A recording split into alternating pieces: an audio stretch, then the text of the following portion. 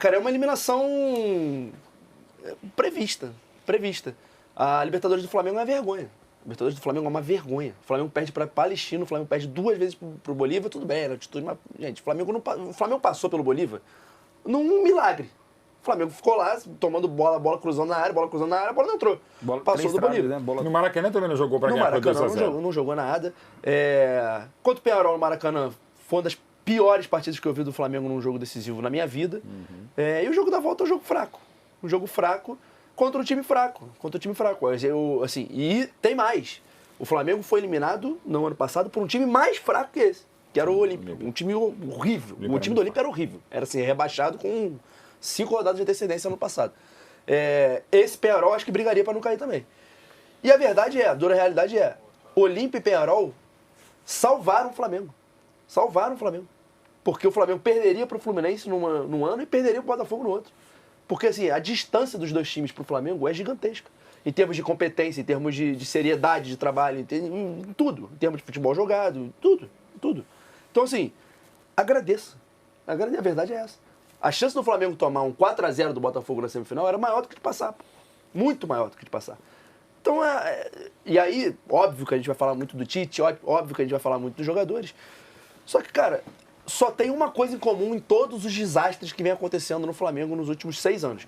Mas nesses 6 anos tem 2 Libertadores, 2 Brasileiros. É verdade. Excelente. Mas me diz um ano em que o Flamengo começou, fala, nosso planejamento vai ser esse aqui e deu certo.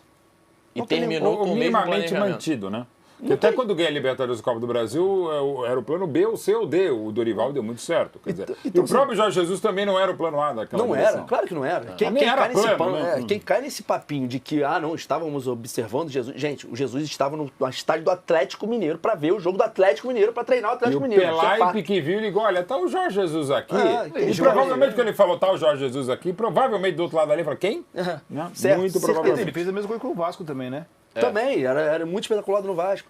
Então, assim, desculpa, nenhum momento a administração Landim traçou um planejamento e esse planejamento foi vencedor. Nunca aconteceu. Todas as conquistas da administração Landim são acidentes. Teve um acidente do Jesus chegar e dar muito certo. Teve um acidente do Rogério Ceni no meio do ano chegar e dar tempo de ganhar o Brasileiro. Teve um acidente do Dorival, que estava no Ceará. E antes do Ceará, estava um tempo sem treinar. Então, assim, ele nunca foi cogitado naquele momento para pegar um time do tamanho de um Flamengo, de um Palmeiras. Tamanho não, né? No momento de Flamengo, de Palmeiras. Nenhum momento ele foi cogitado. Foi um acidente o Dorival chegar e ganhar a Libertadores. Agora, tem um lado de competência, claro, que é o lado administrativo, que o Flamengo se preparou para ter um time muito caro, muito forte, que é isso. Você fica a um técnico acertar ali de ganhar alguma coisa. Mas foi acidente. A administração Landim, ela é a pior administração em termos de futebol do Brasil.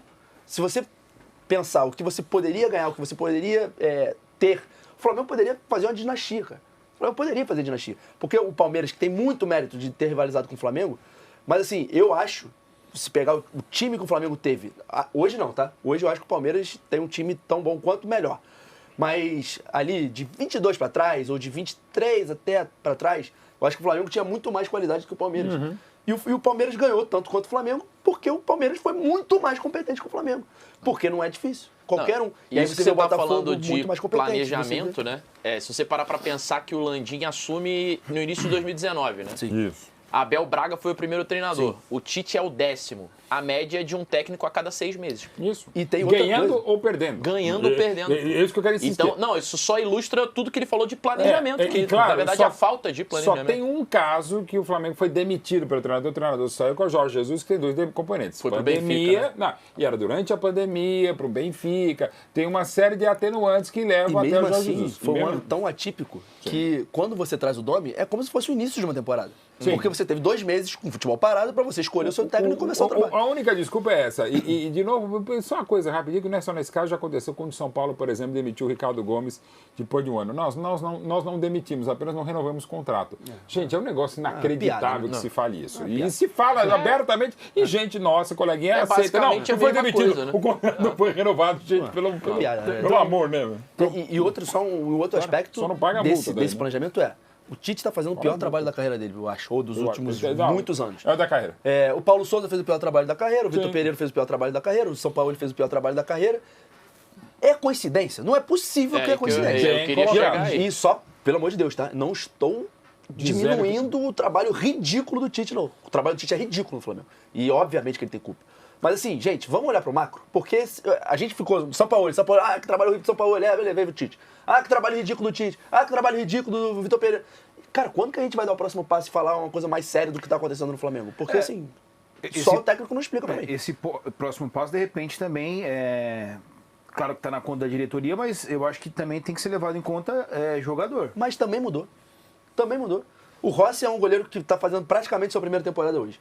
O Varela, esse ano. O Varela está praticamente fazendo sua primeira temporada como titular esse ano. O Fabrício Bruno fez a primeira temporada como titular em 2023. O Léo Pereira foi titular em 22. Léo Ortiz acabou de chegar. Léo Ortiz acabou de chegar, Alexandro Vinha acabaram de chegar. Gonzalo Plata, que ontem foi mal, acabou de chegar. Gonzalo Plata acabou de chegar. Aí você vem, De La Cruz acabou de chegar. Gente, do time de ontem era Gerson, Arrascaeta e Bruno Henrique. Dos antigos, só. Porque se você entrar numa de tem que reformular o elenco. O elenco foi reformulado. O elenco do Flamengo, ele é novo em termos de idade, tem muito jogador novo, e é novo em termos de clube. Sim. Não, essa história, tem que reformular o elenco, meu amigo. Não, e sabe uma parada que me faz refletir, assim, tipo, de achar que o problema do Flamengo não é necessariamente o treinador, não é necessariamente os jogadores, e que está muito mais na forma como o clube gere o futebol. Sim. E aí não só diretivamente, né? Mas, a gente pega a figura do diretor de futebol, que é o Marcos Braz e tal, uma questão filosófica mesmo. Sim. Da parada do Flamengo, né? Você falou aí, os treinadores que passaram por lá viveram o pior momento da sua carreira treinando o Flamengo. Se a gente voltar, o Rogério Ceni era o melhor treinador do Brasil no momento.